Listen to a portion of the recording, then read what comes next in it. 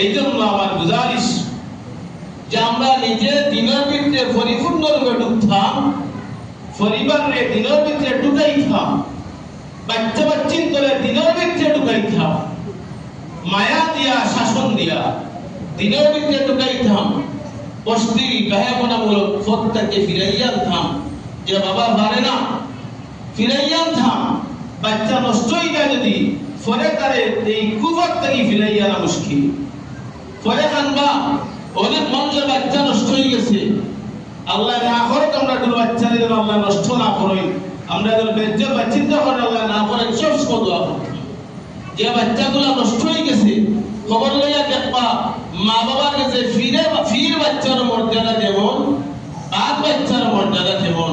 মা হয়তো সমাজকে হইতে পারেন না, কিন্তু ফতির কান্দই যে আমার বুয়াটা এইরকমই।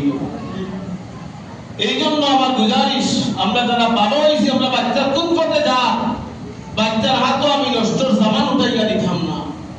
বাচ্চারা মসজিদ হাত দরিয়া দিতাম, জমিন সাক্ষী বলবো, মসজিদ সাক্ষী বলবো আমার ঘরে আমি হাত দরিয়া মসজিদ লইয়া গেছি।